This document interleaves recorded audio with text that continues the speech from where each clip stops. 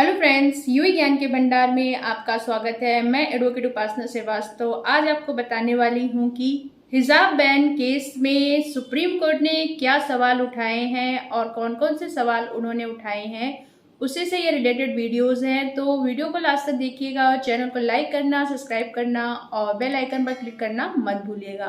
तो अब मैं वीडियो स्टार्ट करती हूँ बिना किसी टाइम वेस्टिंग के। सुप्रीम कोर्ट ने सोमवार यानी कि 5 तारीख को सुनवाई की थी। 5 सितंबर 2022 को सुनवाई करते हुए वकीलों से कई सवालात किए हुए थे। वो कौन कौन से सवाल थे वो मैं आज आपके साथ डिस्कस करती हूँ और उस पे क्या उन्होंने अपनी व्यक्तित्व या अपना उन्होंने क्या पॉइंट रखा ये भी आपको बताती हूँ। कर्नाटक के सरकारी कॉलेजों में हिजाब पहनने को लेकर सुप्रीम कोर्ट में याचिका जब दाखिल की गई थी तो उसके अगेंस्ट सुप्रीम कोर्ट ने जो सुनवाई की है वो उसके लिए उन्होंने कई क्वेश्चन या कई प्रश्न पूछे हैं। सोमवार को सुनवाई करते हुए सुप्रीम कोर्ट ने वकीलों से कहा कि एक व्यक्ति को धर्म के पालन करने का अधिकार है, लेकिन सवाल यह है कि उसे इस ड्रेस कोड वाले शिक्षा संस्थान में ले जाना उचित है या नहीं है। यानी कि उनका ये कहने का मतलब था कि अगर किसी व्यक्ति को अपने धर्म का पालन करना है तो कर सकता है, लेकिन जहां पर ड्रेस कोड डिसाइड है, यानी कि जैसे स्कूलों में या कॉलेजों में ड्रेस कोड डिसाइड होता है तो वहां पर हिजाब पहनना क्या किसी धर्म का पालन करना है या कुछ और है। तो इसी वजह से उन्होंने वकीलों से ये बोला कि किसी व्यक्ति को धर्म का पालन करना उचित है और करना भी चाहिए, लेकिन किसी शिक्षा संस्थान या किसी भी जगह पर अगर कोई ड्रेस कोड डिसाइड किया गया है तो उस कोड को पहनना चाहिए या वहां पर भी अपने धर्म का पालन करना चाहिए। सुप्रीम कोर्ट ने ये कहा कि क्या वहां पर हिजाब पहना जा सकता है जहां पर कोई ड्रेस कोड या यूनिफॉर्म डिसाइड की गई है। उन्होंने एग्जाम्पल के तौर पे ये भी कहा किसी रेस्टोरेंट की बात करें जहां पर एक ड्रेस कोड डिसाइड होता है, गोल्फ कोर्स की बात करें या खुद के प्रैक्टिस जहां पर कोर्ट की बात कर ले जहां पर ड्रेस डिसाइड किया जाता है, यहाँ तक कि ड्रेस कोड आपके कोर्ट रूम में भी लागू होता है तो हमें उसका पालन करना चाहिए, ना कि अगर वहां पर हिजाब नहीं पहना जा रहा है तो उसे ये बताकर बोलना चाहिए कि ये उन्हें उनके धर्म का पालन नहीं हो रहा है। जस्टिस हेमंत गुप्ता और अंशु धुलिया जी पीठ ने यह याचिकाकर्ताओं से पूछते हुए कहा कि हम ये मानते हैं कि हिजाब पहनना एक धार्मिक प्रथा हो सकती है, लेकिन स्कूल में कोई यूनिफॉर्म अगर डिसाइड किया गया है तो क्या वो वहां पर पहनना उचित है। उन्होंने यहाँ तक कहा कि आप अपने धर्म का पालन कर सकते हैं, लेकिन जिस शिक्षण संस्थान में किसी यूनिफॉर्म को या किसी ड्रेस कोड को डिसाइड किया गया है तो क्या वहां पर आपको उस धर्म के अधिकार को ले जाना उचित है। पर एक प्रतिनिधित्व कर रहे एडवोकेट हेंगड़े सर ने जब उनसे पूछा कि हिजाब प्रतिबंध करते हैं तो इससे क्या होगा, महिलाओं की शिक्षा पर असर पड़ेगा, तब जस्टिस या पीठ ने कहा कि राज्य ये नहीं कह रहा कि आप किसी के अधिकारों का हनन करें, पर ये कह रहा है कि आपके शिक्षा संस्थान में जो यूनिफॉर्म बनाई गई है क्या आपको उसे पहनना उचित नहीं है।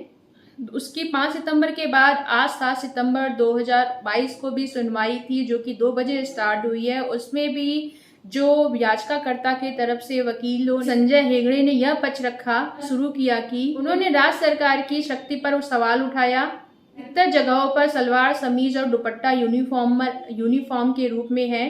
कुछ लड़कियां दुपट्टे को हिजाब की तरह पहनती है तो क्या समस्या है। तो इस क्वेश्चन का आंसर देते हुए उन्होंने यह टिप्पणी देते हुए कहा कि एक बार एक महिला वकील यहाँ पर जींस पहनकर आई थी, तब उनसे कहा गया कि यह ड्रेस यहाँ नहीं पहनी जा सकती। उन्होंने ये नहीं कहा कि वह इन्हीं कपड़ों में जिरा करेंगी। आप गोल्फ कोर्स करने जाते हैं तो वहाँ का भी एक ड्रेस कोड होता है, अनेक जगह में ऐसा होता है। तो आपके कहने का मतलब ये है कि स्कूल की जो ड्रेस कोड है वो किसी छात्रा या छात्रों को बाध्य नहीं कर सकती है। तो इसका मतलब भी यही हुआ कि मिनी ड्रेस अपनी मर्जी से कुछ भी पहन सकते हैं। जजों ने यहाँ तक ये भी बोला कि धर्म के नाम पर अनुशासन को ना तोड़ें। उन्होंने ये कहा कि नियम तय करने को राज्य को नहीं रोका जा सकता। कर्नाटक सरकार की तरफ से additional solicitor general KM. Natarajan ने ये कहा कि धर्म के नाम पर शिक्षा संस्थान के अनुशासन को तोड़ने की अनुमति नहीं दी जा सकती है। जस्टिस ने यह भी कहा कि उन्होंने हिजाब पहनने पे रोक नहीं लगाई है, लेकिन अगर किसी शिक्षा संस्थान ने कोई ड्रेस कोड बनाया है तो आपको उसका पालन करना चाहिए। तब वहां पर जो माननीय एडवोकेट थे हेगड़े जी ने, उन्होंने ये रखा क्या अल्पसंख्यक हिजाब की अनुमति दे सकती है। जो ने कहा हाँ वो बिल्कुल ऐसा कर सकते हैं, और कुछ ने ऐसा किया भी है, हालांकि उसकी पूरी जानकारी अभी मेरे पास नहीं आई है। फ्रेंड्स, कुल मिलाकर इसका ये निचोड़ निकलता है कि सुप्रीम कोर्ट ने हिजाब बैन करने के लिए या उन्हें किसी तरीके से रोकने के लिए नहीं कहा है। उनका कहने का मतलब इतना है कि अगर किसी शिक्षा संस्थान ने या किसी सरकारी कॉलेज ने कोई अगर आपका ड्रेस कोड बनाया है तो आपको उसे पहनना चाहिए और उसका पालन करना चाहिए, ना कि धर्म के नाम पर आप अपने शिक्षा संस्थान के अनुशासन को तोड़ने की कोशिश करनी चाहिए। फिलहाल अभी इस पे पूरा डिसीजन नहीं आया है कि आगे क्या होगा। इसका डिसीजन हो सकता है अक्टूबर में, 16 अक्टूबर तक आने की बात हो रही है, पहले भी आ सकता है पर 16 अक्टूबर तक की बात हो रही है। तो उसका जो भी डिसीजन आए तो आपको कुल मिला के कंक्लूजन यही निकालना चाहिए कि सुप्रीम कोर्ट का भी यही कहना है कि हिजाब पहनना किसी को मना नहीं किया गया है, बट अगर कोई ड्रेस कोड किसी शिक्षा संस्थान ने बनाया है तो आपको उससे पालन करना चाहिए। ड्रेस कोड हर जगह होता है, गोल्फ कोर्स करने जाते हैं वहां पर भी ड्रेस कोड होता है, अगर आप एज एडवोकेट आप केस लड़ने जा रहे हैं तो वहां का भी ड्रेस कोड होता है। ऐसा नहीं कि आप कुछ भी पहन के चले जाइए। तो इसकी दलीलें देते हुए सुप्रीम कोर्ट ने बहुत सारी क्वेश्चन किए वकीलों से, पर अभी उसका कोई डिसीजन नहीं आया है।